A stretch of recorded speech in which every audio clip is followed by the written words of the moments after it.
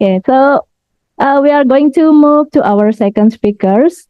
So we have Professor Dr. Chita Rosita Sigit Prakuswa here, and her Prof. Chita speak TV.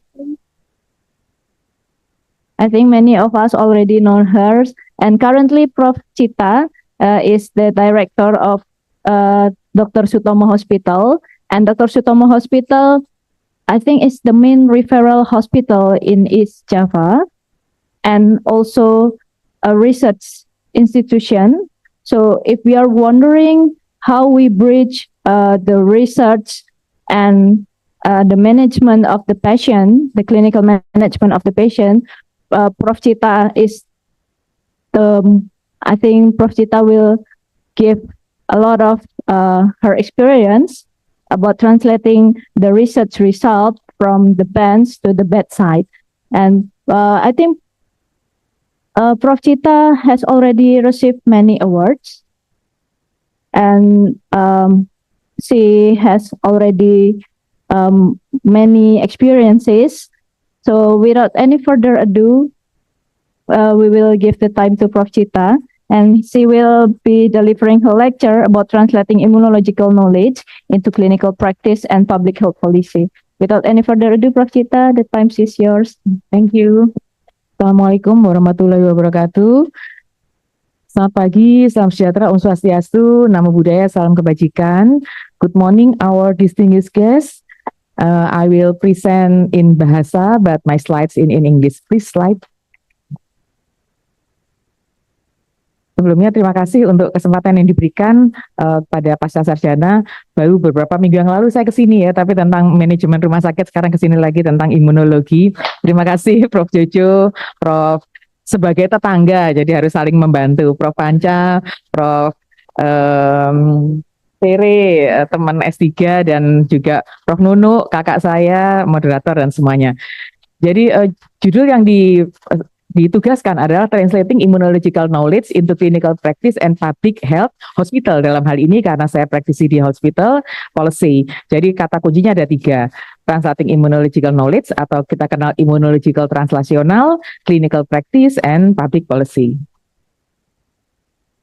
Jadi ini presentasi outline-nya. Yang pertama, translasional imunologi itu sebetulnya apa, kemudian best practice, karena kata kuncinya ada 3, selain translasional imunologi ada clinical practice.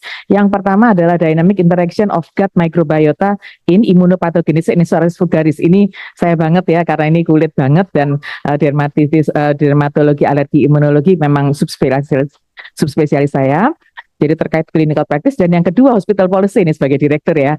Jadi bagaimana kita membumikan imunologi, yaitu development of excellent pediatric immunotherapy services through innovation and entrepreneurship. Dan setelah itu apa sih sebenarnya translasional imunologi itu, gap-nya, limitasi, dan bagaimana rekomendasinya. Tadi sempat ngobrol sama Prof. Nunu, sebetulnya imunologi itu menarik, jangan dipikir bulatnya aja, tapi bagaimana kita membumikannya ya. Jadi kenapa sih kok imunologi itu penting pada era sekarang? Karena ya memang dasarnya adalah imunologi, dasar dari ilmu ya. Dan peningkatan kebutuhan itu jelas, tetapi yang lebih penting adalah bagaimana impact-nya setelah kita mengetahui tentang molecular level understanding dan seterusnya. Sehingga pertanyaan utama adalah bagaimana immunological concept yang dimaknai sebagai bulat untuk sebagian dari kita mungkin ya, harus belajar dulu, harus membayangkan, berimajinasi, itu bisa secara efektif ditranslasikan pada measurable improvement pada healthcare system. Jadi translational immunologi seperti disampaikan oleh moderator, from bench to bedside, dan ada 3 visinya, yaitu triple E, evidence-based, equitable, and effective intervention. Untuk translational pathway, jadi kita sering berkutat di molekul dan mekanisme ini jadi itu dan seterusnya. Kemudian kadang-kadang nyandet titik ya, kadang-kadang terus ke diagnostik ke titik, kadang-kadang bisa terus ke terapi, tapi sampai ke clinical practice itu jarang. Jadi tugas kita semua di sini adalah nyambungkan ini. Ya tentu tidak mungkin satu orang mengerjakan semua, ini mesti kolaborasi. Dan public health strategy termasuk hospital, ini ada diagram yang kita tahu bahwa tidak bisa kita berhenti pada belakang-belakang, yang bawah-bawah ya. Jadi harus terus sampai bagaimana bagaimana dia berdampak pada global. Yang pertama, best practice pertama tentang translational immunology pada clinical practice. Dynamic interaction, gut microbiota, immunopathogenesis, psoriasis vulgaris. Itu kata kuncinya. Jadi kawan-kawan sekalian, psoriasis vulgaris itu sebuah penyakit yang kronis residif dan autoimun. Saya mungkin ada nanti gambarnya satu, dan diperankan oleh pro-inflammatory cytokine terutama TNF-alpha, IL-12, 23 dan 17. Dan kalau di sini kita lihat bahwa ini ya bentuknya yang seperti lilin tebel, bisa sebadan gitu ya. Mengapa psoriasis ini terjadi? Jelas karena ada immunity dysregulation, ada ketidak tercapaiannya homeostasis. Dan kenapa immunity dysregulation terjadi? Ada penyebab atau ada peran dari gut microbe dysbiosis. Kita tahu gut organ axis, kulit ini termasuk organ ya, dan di sini gut skin axis termasuk psoriasis. Oral probiotik diharapkan dapat memotong di beberapa titik sehingga menurunkan gejala psoriasis. Dan saat ini kita punya kolaborator kami dari Bina Nusantara, probiotik asli Indonesia, Lactobacillus plantarum IS10506, ini penciptanya Prof. Ingrid Surono, yang sudah terbukti safe dan terbukti efikasinya baik untuk atipic dermatitis. Psoriasis kita masih nggak tahu. Jadi kita lakukan riset. Pertanyaannya, atopic dermatitis itu alergi, psoriasis itu autoimun, kok bisa diekstrapolasikan ya? Kita kembali, orang sehat itu ada dua syaratnya. Satu, sistem protektifnya berjalan dengan baik, TH1, dan homeostasisnya berjalan dengan baik. Kesetimbangan ini, TH1, TH2, TH17, T-reg kalau digambar semua nggak cukup ya, TH macam-macam. Tetapi yang 4 ini adalah intinya. Dan kita bisa lihat di sini bahwa meskipun allergic disease dan autoimun disease sangat berbeda dari patomekanisme dan dari tampilan klinisnya, namun sama-sama defisiensi relatif T-reg. Jadi kalau regulatornya nggak ada, jomplang, ini jomplang ya, T-regnya kecil gitu ke atas, sehingga terjadilah bisa allergic disease, bisa autoimun. Sehingga kalau T-regnya baik, ya itu orang itu sehat atau asimptomatis. Dan kenapa riset kami pada atopic dermatitis diekstrapolasikan? Ya karena peran dari T-reg. Dan probiotik itu perannya memang menginduksi T-reg. Ini adalah evidence pertama kami melakukan RCT di atopic dermatitis dengan probiotik oral pada anak-anak dan dewasa, hasilnya baik. Nggak ada tentang mikrobioma ya, tetapi tentang dysregulasi imunitas dengan klinik. Hasilnya baik keduanya. Kemudian berlanjut kepada evidence yang kedua. Dilakukan meta-analisis untuk atopic dermatitis baik. Bagaimana dengan psoriasis? Nggak banyak risetnya. Tetapi beberapa sudah dilakukan lab, in vitro, kemudian pada animal. Pada manusia ada, tetapi dengan sampel yang kecil dan case review atau case series ya. Sehingga kita masih positioning, punya tempat untuk melakukan riset. Evidence yang ketiga adalah melakukan analisis gut microbes dibandingkan pasien psoriasis dengan healthy control. Apakah memang benar mikrobnya itu berbeda? Kita lihat di sini. Kalau kita bicara tentang alpha diversity yaitu intra group, ini tidak berbeda bermakna. Bagus ya, masing-masing grup tidak berbeda. Intergroup beta diversity berbeda bermakna. Bagus juga, berarti ada temuan baru di sini. Di Indonesia psoriasis berbeda dengan healthy, orang-orang yang sehat. Dan ini merupakan temuan penting atau novel dan sedang dalam proses publikasi. Kemudian kalau kita lihat di film level ini tidak berbeda bermakna. Tetapi bagaimana dengan selanjutnya family level berbeda bermakna. Yang atas ini sama-sama tinggi tetapi tidak berbeda bermakna. Nah yang kedua dan ketiga ini berbeda bermakna antara psoriasis dengan healthy control. Pada family level, dua yang berbeda. Bagaimana dengan genus, tiga yang berbeda. Bagaimana dengan spesies, 4 yang berbeda. Dan ada sesuatu yang menarik, tidak pernah ditemukan pada di luar sebelum ini bahwa Succinifibrio dextrinosolvens itu merupakan sesuatu mikrob yang berperan pada psoriasis. Dia menginduksi short chain fatty acid yang diinduksi oleh probiotik. Nah, Succinifibrio ini kurang di psoriasis dan setelah dilakukan probiotik nanti hasilnya bisa meningkat. Kita akan lihat di slide berikutnya. Kemudian tentang pre dan post probiotik dan placebo. Di sini kita lihat hasilnya. alpha dan beta diversity tidak berbeda bermakna. Tidak apa-apa, namanya penelitian, Prof. Nyoman sering bilang penelitian itu bukan praktikum ya, jadi ya tidak apa-apa, tidak berbeda itu tidak apa-apa, tidak sesuai. Dan di sini kita lihat bahwa pada filum dan family pun tak berbeda bermakna, pada genus dan spesies pun tak berbeda bermakna. Apakah memang tidak ada peran probiotik? Belum tentu.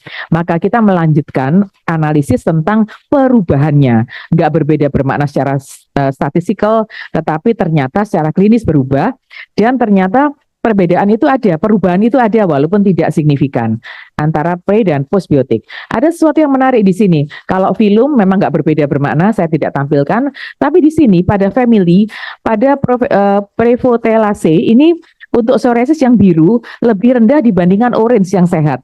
Dan kita lihat di sini, setelah dilakukan probiotik yang hijau itu meninggi ya, meningkat ya, sehingga mendekati yang sehat. Demikian pula ini, Bacterioideaceae ini yang biru adalah psoriasis lebih tinggi daripada yang merah ya, yang kontrol. Dan ternyata sebelum dilakukan probiotik sama setelah turun juga. Jadi ternyata meskipun tidak signifikan difference untuk pelimpahan mikrobnya, namun family dan genus dan juga spesies itu berbeda bermakna dalam trennya.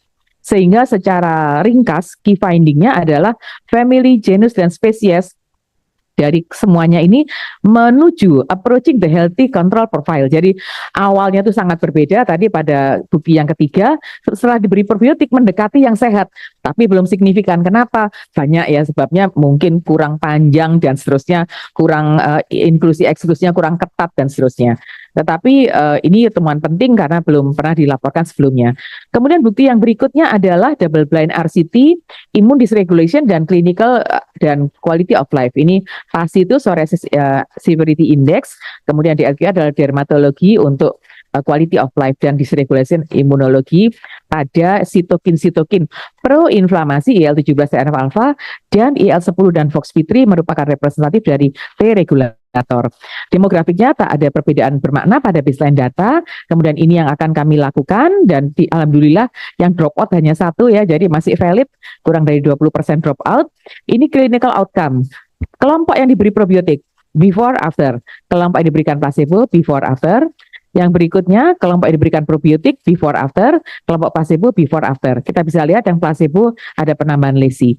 Dan ini sesuatu yang menarik bahwa pada pro-inflammatory sitokin, interleukin 17 dan TNF alpha kita bisa lihat yang biru, langsung turun. Memang psoriasis itu ditandai dengan naiknya TNF alpha dan IL-17 sehingga biologic treatment itu memblok TNF alpha dan interleukin 17. Namun yang placebo ini cenderung naik, ya ini cenderung tetap. Bagaimana dengan Treg sebagai tokoh homeostasis dari imunologi tadi, direpresentasikan IL-10 dan FOXP3. Kita bisa lihat yang biru meningkat. Dan di sini juga yang biru meningkat. Sementara yang orange cenderung turun. Sehingga probiotik memang berdampak, berperan pada disregulasi imunitas. Bagaimana dengan klinis yang biru-biru ini yang psoriasis, significant difference, tapi di LQI tidak, quality of life ya, quality of life dipengaruhi oleh berbagai hal. Dan kami melakukan pathway analisis dan di sini yang menarik bahwa probiotik ini menurunkan IL-17, justru menurunkan di LQI, tetapi kemudian setelah itu menurunkan PASI atau klinik. Di sini untuk analisis pathway-nya demikian, meskipun di LQI tidak berbeda bermakna before after, karena memang kami tidak melakukan terus-menerus. Important finding-nya adalah suplementasi probiotik pada pasien psoriasis di Indonesia, di Sutomo, sudah menunjukkan perubahan mikrobiota dysbiosis. Awalnya memang berbeda, setelah dikasih penggeserannya juga berbeda. Kemudian perbaikan immune dysregulation dan clinical symptom.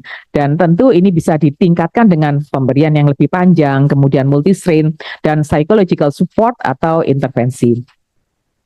Kemudian ini novel finding-nya belum pernah dilaporkan sebelumnya tentang microbiota profil, dysbiosis, dan juga succini vibrio dextrinosolvan, dan ini adalah Indonesian local probiotic. Rekomendasinya tentu kita harus melakukan riset-riset lanjutan. Dan di sini ini sudah beberapa publikasi dari 1, 2, 3, 4, 5, 6 sudah dilakukan.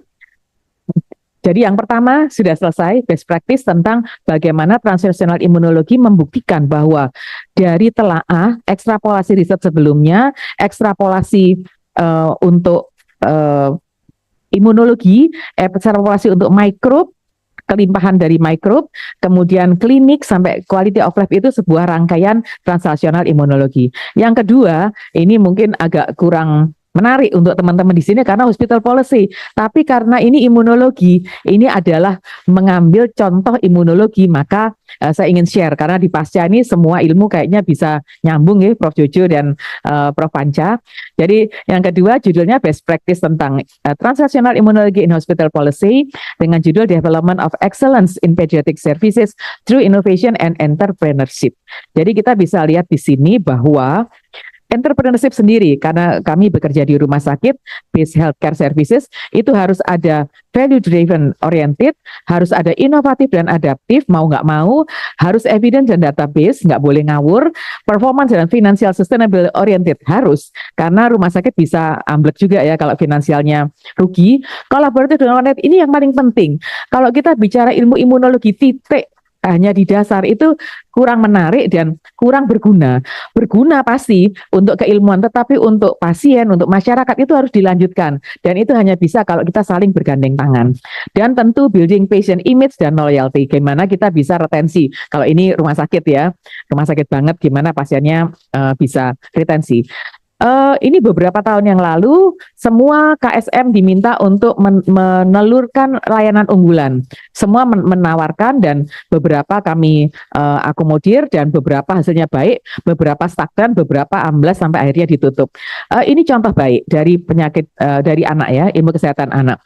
Kalau kita bicara tentang significant increase incidence ada 8 penyakit. Kalau ditambahi karena penyakit pasien kami 80% BPJS. Large increase in prevalence that are covered by BPJS. Yang 8 tinggal 7 karena yang 1 tidak tercover. Kemudian positif harmoni. Rumah sakit itu harus survive. Bukan berarti matrek dan mata duitan, tapi karena Sutomo ada BLUD, maka yang positif harmoni harus dikencengi untuk gendongin dit yang negatif harmoni. Ini ngerasani BPJS, ada anak BPJS nggak ya di sini? Jadi BPJS itu membuat kami bleeding, sehingga kami harus berpikir gimana caranya supaya nggak bleeding. Antara lain layanan unggulan. Kalau ngomong positif harmoni yang 7 ini tinggal 2.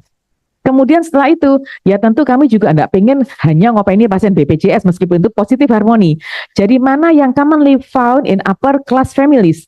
Ada 1. Dan itu juga ternyata upper class families itu sering keluar negeri. Jadi often cause patient to seek medical treatment abroad, itu ya 1 alergi ini. Sehingga kami kenapa memilih alergi imunologi yaitu imunoterapi. Jadi rasional atau justifikasinya adalah climate change bisa membuat polusi, mempengaruhi respiratory tract alergi sehingga trennya naik. Aeroalergen antara lain house dust mite juga demikian. Dan tentu ini dipengaruhi temperatur, kemudian cuaca dan perilaku manusia tentu saja.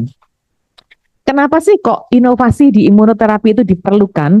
Tadi ya climate change dan dust allergy is increasing. Imunoterapi sampai saat ini masih terbatas penggunaannya. Dan pasien Indonesia kebanyakan yang punya, yang mampu, ke luar negeri yang nggak mampu ya sudah gitu ya. Ini imunoterapi mekanisme, jadi hampir sama sebenarnya dari kalau natural exposure yang di atas ini, kalau low dose alergen, kemudian intinya ujung-ujungnya mast cell dan basofil dan eosinofil ini membuat gara-gara tadi ya, antara lain asma alergi. Imunoterapi itu high dose alergen, tetapi ya tidak langsung mencolot tinggi ya lah, orangnya bisa kolaps, tapi bertahap. Jadi 1 minggu naik dosis, cucunya Prof. Anja ya sudah menjadi pasien kami, alhamdulillah matur nuwun Prof. Dan ini naik, kemudian setelah itu 3 bulan, tiap 1 bulan, terus sampai 3 tahun, akhirnya tiap 3 bulan. Dan dia mengeblok di sini ya, Treg, ini kata kuncinya di Treg, kemudian menghasilkan IgG4 dan IgA yang akan memblok gejala-gejala alergi sini. Jadi sebenarnya ya mirip yang natural, tapi bertahap didesensitasi, dilatih gitu ya, sampai dia mengenal dan aman. Kemudian apa bedanya dengan vaksin? Oh ya, disclaimer bahwa imunoterapi di sini adalah allergic imunoterapi. Jadi kita tidak bicara tentang imunoterapi kanker ya yang sudah banyak dilakukan atau sel terapi atau yang lainnya. Dan di sini kalau vaksin itu prevention ya, sebelum diinduksi oleh yang lemah. Tadi disampaikan juga oleh Prof. Siapa tadi yang pertama? Karina ya, Prof. Karina, sangat hebat beliau. Kalau imunoterapi dia sudah sakit, sudah banyak mast cell dan basofil yang ada di badannya, kemudian subkutan imunoterapi atau sublingual imunoterapi, kami tidak punya yang sublingual, kami punya subkutan, kemudian ini dilakukan dan akhirnya Treg, sekali lagi kata kuncinya Treg untuk homeostasis, ini yang akan ngeblok.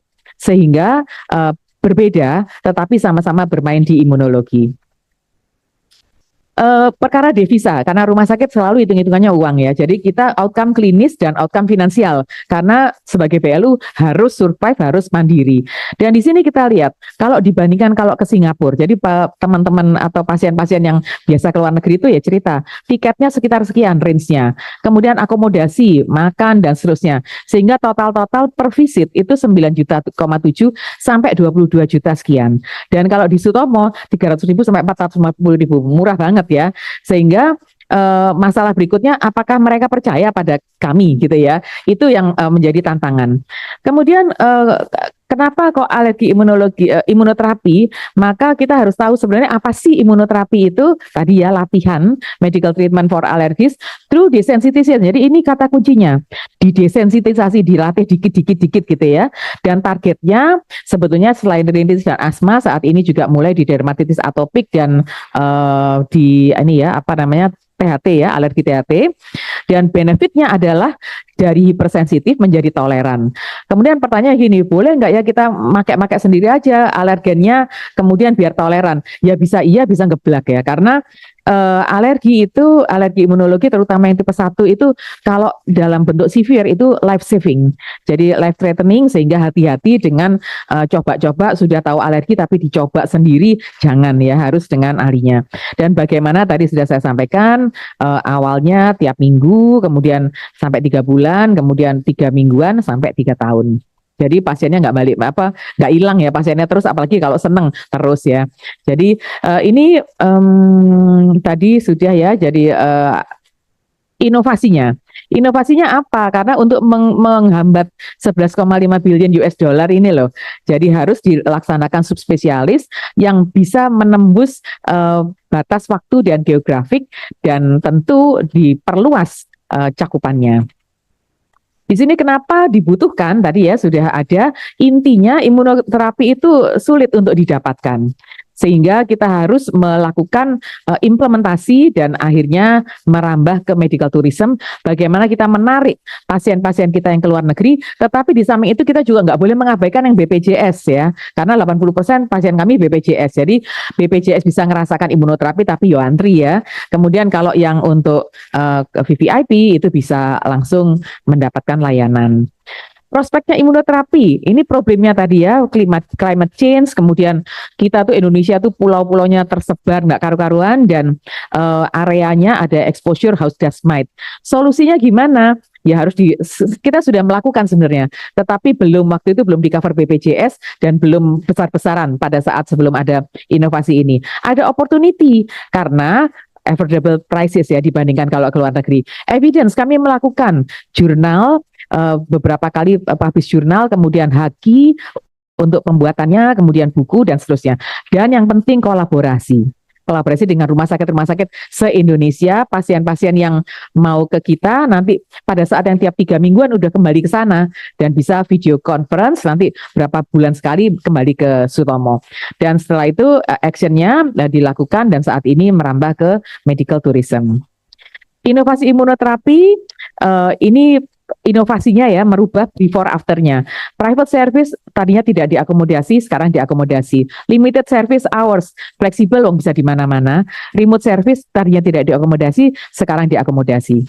Sehingga kita bisa lihat ini, kalau ini tempatnya pasca ini ya, manajemen untuk marketing ya, harus ada positioning, brand, and differentiation. Dan kita lihat di sini bahwa strateginya double impact marketing. Jadi kita nggak boleh berpihak pada yang kaya-kaya saja. Upper to middle socioeconomic group kita lakukan, tetapi yang lower to middle juga yang disupport oleh BPJS. Sehingga kita adil tadi ya. Ini kok mati. Ya. Kemudian yang berikutnya, strategi berikutnya adalah promoting eksklusif VVIP service, ngajak omong-omongan dokter-dokter yang punya pasien yang biasa keluar negeri, diajak omong-omongan, dan kemudian setelah mau ke Sutomo dan getok tular ya, lumayan banyak, nanti ada hasilnya di belakang. Dan untuk yang BPJS tentu saja nggak boleh dilupakan, sehingga bergantian yang praktek di BPJS dan imunoterapi. Ini goal dan targetnya, dengan demikian maka tiga-tiganya ini bisa tercapai. Development strateginya gimana? Yang pertama market segmentation tadi ya, untuk yang upper socioeconomy, middle dan lower. Kemudian differentiated service offering, tentu yang ditawarkan servicenya berbeda. Namun relevant communication kedua-duanya harus diopeni, yang non eksklusif atau BPJS maupun yang eksklusif atau private. Kemudian partnership program tidak boleh dilupakan. Dan ini tentu saja ya, out of town atau out of Java pasien-pasien kami banyak dari luar kota dan luar pulau, dan tentu local home based services yang juga harus dilakukan. Ini development proses yang terjadi pada translational imunologi pada imunoterapi. Awalnya kami melakukan penelitian dan kemudian terpublikasi, banyak yang Scopus Q1, kemudian melakukan ijir-ijiran ya, jadi analisis outcome finansial dari imunoterapi itu, ini juga publikasi dengan teman-teman S1 dan S2, kemudian buku-buku, kemudian kita melakukan launching dan retention dan advokasi. Jadi marketing funnel berjalan. Step pada imunoterapi. Yang pertama di VVIP Imunoterapi Klinik, ini Prof. Anang, ketua imunoterapinya. Ini yang punya BPJS. Awalnya nggak karu-karuan gini, antri lama, ngamuk, bingung gitu ya. Kemudian setelah dilakukan inovasi jadi rapi. Kenapa? Karena kami melakukan pendaftaran online. Pendaftaran online jadi ya jam kerjanya tambah pendek, orangnya datang cepat dan tetap banyak ya, malah lebih banyak 200, tapi tidak grubel dan tidak marah-marah lagi. Kemudian ini marketingnya, jadi waktu Hospital Expo di Persi saya woro-woro jualan gitu ya. Kemudian Sutomo Expo ngundang semua rumah sakit se-Indonesia Zoom dan datang. Kemudian di Jatim Expo kami juga Instagram dan seterusnya. Pokoknya apapun yang bisa dijual gitu ya, karena kami memang benar-benar ingin ini berhasil. Dan ternyata kita bisa lihat impact pertamanya. Di awalnya itu hanya ada 8 kota, kemudian 162 kota. Dan pulau, hampir semua pulau memang paling rengket di Indonesia, di Jawa ya, hampir semua pulau itu ada pasien-pasiennya. Ini menunjukkan bahwa kalau kita serius menggarap sesuatu program, outcome klinis baik, outcome finansial pun mengikuti ya. Ini ya, jadi setelah 2 tahun segini, tadinya cuma 8 kota, dan kalau kita bisa lihat di sini, ini kemajuannya ya, dari 2023 ke April 2025, sangat meningkat ya, 18 kali, kemudian ini kalau per bulannya ya, trennya memang naik, ya alhamdulillah. Ini distribusi ya, imunoterapi, dan ini mulai kota-kota dan seterusnya. Tidak ada satu pulau yang besar ya yang tidak ada pasien kami. Dan ini adalah visit bulanan pasien di Rumah Sakit Sutomo, dan ini pasien di tempatnya sana, di kotanya. Jadi kita setelah berapa kali ke sana dilakukan oleh dokternya, telemedicine, berapa bulan sekali balik ke sini dan seterusnya. Jadi juga membuat financial outcome untuk dokter yang mengirim ya. Jadi ini dua-duanya dapat. Kalau ini visit bulanan kita bisa lihat meningkat, dan kumulatifnya juga meningkat. Ini di Sutomo yang merah, yang hijau ini di tempat asalnya pasien, dia totalannya meningkat ya.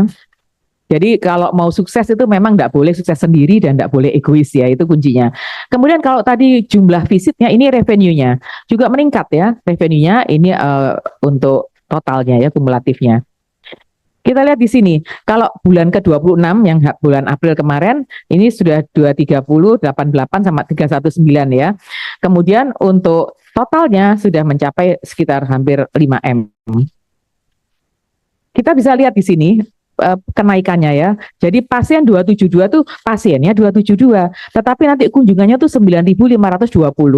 Dan itu berbagi antara Sutomo dengan yang di luar. Sehingga sekali lagi ini dibutuhkan, memang Prof. Anang itu mantan guru saya ya, mantan Wadir Diklit SDM, mantan Wadir Yanmed, orangnya sangat konseptor dan senang sama yang ruwet-ruwet, dan ini membuktikan bahwa keruwetannya bisa berdampak yang happy untuk pasien dan untuk Sutomo. Ini sebuah contoh pasiennya cerita bahwa saya ini senang di Sutomo karena perawatnya ramah-ramah. Ini menyejukkan karena sejak jadi direktur hampir 2 tahun yang lalu, kerjaan saya tiap pagi itu lihat Google review ya. Kalau ada maki-makian, alhamdulillah dari awalnya 3,8 sekarang 4,4, alhamdulillah. Tetapi setiap ada Google review saya share ke teman-teman, oh ini nggak benar. Loh kalau nggak benar ya sudah, alhamdulillah. Tapi kalau benar ayo dibetulkan. Memang Google review itu penghakiman sepihak ya. Tapi enggak apa-apa. Jadi lumayan ini. Di antara makian-makian itu ada yang happy ya anak-anaknya. Kemudian di sini kita lihat bahwa impact-nya di divisi anak sendiri ada divisi alergi dan divisi respiro juga meningkat. Kita lihat di per bulannya maupun secara kumulatif. Pasiennya meningkat, pasti uangnya juga ikut meningkat. Jadi ini visitnya coba kita lihat, 40 per bulan jadi 1.300 per bulan. 1.500, 12.500. Kalau ditambah sama yang di pulau-pulau sana ya tambah lebih banyak lagi. Ini yang di Sutomo saja ya. Jadi kita bisa melihat di sini bahwa tidak berarti outcome klinis yang baik itu tidak disertai dengan outcome finansial yang baik di rumah sakit plat merah. Kalau di swasta ya jelas ya. Tapi kalau di plat merah ini tantangan tersendiri.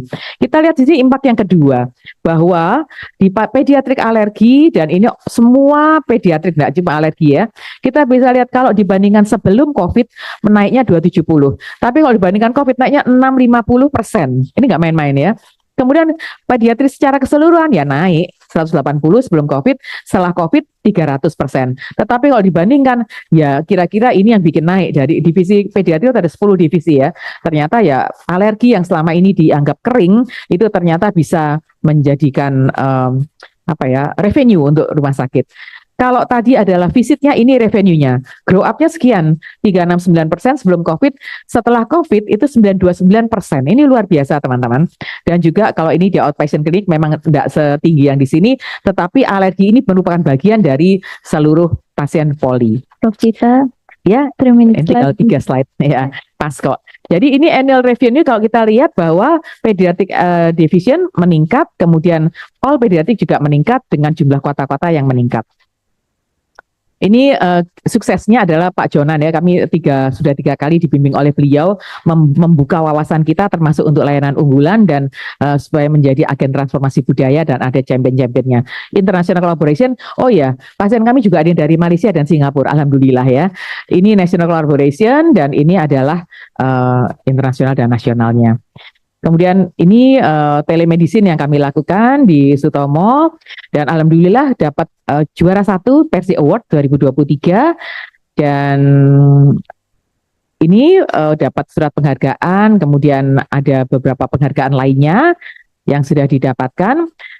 Summary-nya, value market dan segment orientation itu penting. Service innovation dan marketing strategi juga tidak boleh dilupakan dan optimization dari resources dan efisiensi. Selain itu, financial sustainability dan economic impact, networking strategi, collaboration, loyalty, social influence. Ini publikasi yang sudah dilakukan. Dan ini 2 step terakhir, mohon maaf tadi. Jadi ada gap, challenge, dan implementasi. Intinya, bariernya adalah setelah lab mandek. Itu tidak boleh ya. Healthcare harus dilanjutkan sampai healthcare.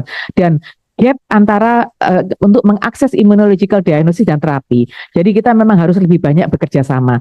Dan tadi rangkaian sukses tadi semua adalah kerjasama, bukan kerjanya satu orang atau satu unit atau satu rumah sakit, tapi rumah sakit se-Indonesia, bahkan ada yang di Malaysia dan Singapura. Sehingga implementasi strategi penting untuk integrating immunology research into clinical service and health policy.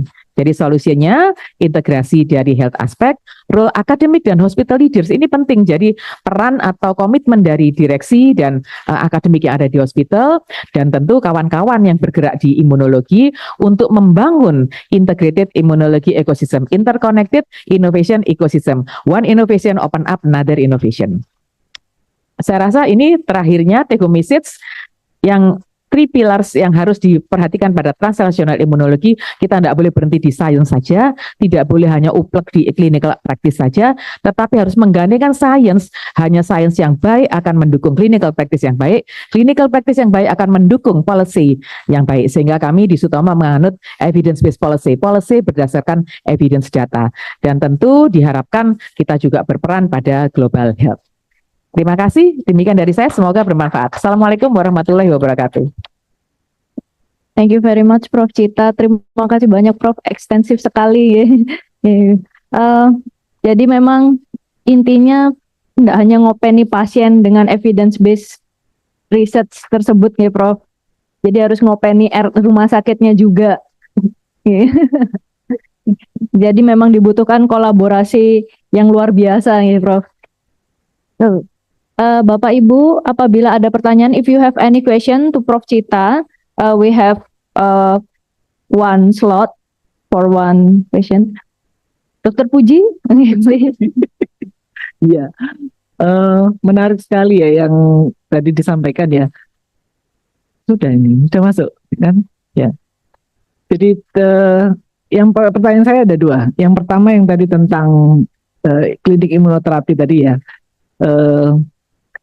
Kalau kelewatan gimana? Apakah yang sudah katakan lebih dari 18 tahun? Jadi waktu itu memang sudah sempat dicek oleh Prof. Anang, tapi masih pakai probiotik terus sampai sekarang, dan kemudian kelewatan sudah sekarang 24 tahun masih pakai probiotik. Cuman kadang-kadang masih ada muncul kayak apa tuh jarinya kayak gelodoki gitu ya. Tadinya mungkin ada batuk pilek awalnya waktu masih kecil. Nah, apakah ini kemudian bisa dimasukkan ke yang klinik tadi? Apakah khusus untuk anak-anak maksud saya? Kalau itu bisa untuk mengcover yang dewasa, menyenangkan sekali. Itu yang pertama. Kemudian yang kedua, tentang saya dengar bikin Heart Research Unit ya, HRU yang tempoh hari di broadcast. Nah, untuk katakanlah precision medicine yang lagi ngetrend sekarang, ada banyak obat-obat yang targeted terutama untuk CA ya. Nah, karena mutasinya itu banyak, ada beberapa yang sudah memang di cover BPJS pemeriksaannya dan obatnya juga ada yang sudah di cover BPJS, tapi ada juga yang belum. Tapi obat mutasi yang belum, ada beberapa mutasi yang belum ada obatnya, ada beberapa mutasi yang obatnya sedang dalam fase 2. Nah, maksud saya, apakah Sutomo ini tidak menginginkan untuk terlibat dalam riset-riset seperti itu supaya pasien-pasien yang kebetulan mutasi yang nggak ada bisa dapat akses untuk obat-obatan itu. Terima kasih. Terima kasih Dokter Puji, boleh langsung saya jawab ya. Jadi yang pertama, imunologi itu kan ada sekolahnya di badan kita. Kita waktu kecil sebelum di kandungan itu dia sudah mulai belajar. Kemudian bayi lahir itu mulai belajar lagi terus sampai tua. Nah, ini ngomong probiotik dulu ya, karena ini kan tadi probiotik yang depan, walaupun psoriasis kami juga melakukan di alergi dan imunoterapi. Probiotik itu paling bagus pada awal kehidupan, pada saat ibunya hamil. Ibunya hamil, bapak ibunya alergi kuat, kemudian anaknya menjadi tidak alergi, itu sesuatu sekali. Dan itu ada meta-analisisnya dan kami juga punya riset. Sehingga kalau anak-anak diberi probiotik, bagus, masih riset saya bagus. Dewasa juga bagus, tapi tidak sebagus anak-anak. Kenapa? Karena multifaktorial. Kayak kita lah, kalau diajari waktu masih kecil, ayo jangan gini, masih nurut kan ya. Kalau sekarang ya sudah mau jangan gini, ya sudah gitu aja gitu ya. Kalau sudah tua, sudah terbentuk. Jadi tentu yang paling bagus evidence-nya adalah anak-anak. Imunoterapi pada orang dewasa itu kami sedang berproses karena riset yang dilakukan oleh tim kami dermatitis atopik ya, mungkin nanti kita bisa diskusi di luar forum, itu imunoterapi baik tapi masih animal. Dan saat ini kami akan berlanjut pada dewasa. Jadi kalau untuk imunoterapi ya, jadi mau probiotik mau imunoterapi itu yang evidence baik itu adalah anak-anak. Dewasa kenapa bisa ada yang baik? Tergantung apa aja itu, tergantung komorbid, tergantung lamanya, tergantung severnya, tergantung kompleksiti atau penyakit yang menyertai dan lain-lain. Jadi apakah bisa, tetapi kami tidak melakukan karena evidence base-nya belum cukup gitu ya. Kemudian yang kedua, alhamdulillah Dokter Puji, Sutomo sudah punya tempat di Scopus, Sutomo General Academic Hospital, dan kami terakreditasi Joint Commission International Academic Medical Center. Itu ada standar Medical Professional Education dan Human Subject Research Program, sudah akan ketiga kali, dan kami sudah mendeklar sebagai Global Research Site dan banyak penelitian tentang global. Barusan tadi malam saya juga ditelepon lagi TBC tentang targeted. Saya mesti cek ya, tapi yang saya pasti beberapa penelitian tentang global AI saya ingat karena itu onko paru, kemudian ada tentang pemeriksaan mamoprint karena kebetulan ada saudara saya yang ikut penelitian itu, jadi akhirnya bisa mamoprint yang dikirim ke Amerika itu gratis. Jadi kami memang melakukan. Kalau Dokter Puji punya koneksi, monggo silakan, saya bisa jadi makelar langsung. Jadi kami melakukan dan teman-teman sangatlah niat ya, karena ternyata riset yang di Open itu juga menjadi revenue untuk rumah sakit. Diklat kami itu sekarang tahun lalu tuh 2M ya, sekarang 2M, sekarang udah hampir 20M. Jadi ningkatnya pesat, diklat dan riset tentu bergabung dua tapi dalam satu direktorat. Jadi kami sudah melakukan Dok untuk beberapa targeted. Targeted itu jadi masalah. Jadi di kami ini sering terjadi perdebatan antara manajemen dengan klinisi. Saya seorang klinisi, ya guru besar, mestinya maunya memberikan yang terbaik buat pasien. Tapi harus ingat rumah sakit ini tidak boleh ambruk. Sehingga sering teman-teman tuh memberikan targeted treatment nggak di cover BPJS atau di cover kecil, minusnya di rumah sakit. Itu saya protes, tapi saya juga tahu sebagai tabib ya, sebagai dokter, saya juga pengen memberikan yang terbaik. Sehingga ada KMKB, Komite Kendali Mutu, Kendali Biaya, disepakati. Yang seperti ini ya wis rugi ya rugi, tidak apa-apa. Boleh, tetapi yang masih bisa tidak dengan targeted itu jangan, karena rumah sakitnya ambruk. Jadi untuk targeted memang kami menjadi masalah dengan teman-teman onko, dan alhamdulillahnya juga saat ini kami bisa konsolidasi untuk pengadaan beberapa obat dengan Darmais ya untuk onko, sehingga harganya juga bisa lebih murah, sehingga minusnya tuh nggak gede-gede gitu. Karena kalau rumah sakit plat merah tuh selalu BPJS menjadi masalah ya. Dan alhamdulillah kami sih tidak pernah fraud. Tapi pertanyaannya bagus sekali Dokter Puji. Mungkin aku ada tanggapan atau cukup? Ya nanti mungkin tak lanjut Diskusi. Iya betul. Silakan. Tepuk tangan untuk Dokter Puji. Beliau adalah sahabat saya. Monggo silakan. Terima kasih banyak Prof Cita. Mohon maaf karena waktunya terbatas. Mungkin nanti diskusinya bisa di belakang ya Prof. Mungkin nanti Prof Tere akan sowan langsung ke sebelah. Iya boleh. Iya. Baik, sebelum kita menutup sesi ini akan ada sedikit penyerahan cenderamata dari panitia kepada Prof Cita. Monggo Prof Cita beserta Prof Panca dan Prof Tere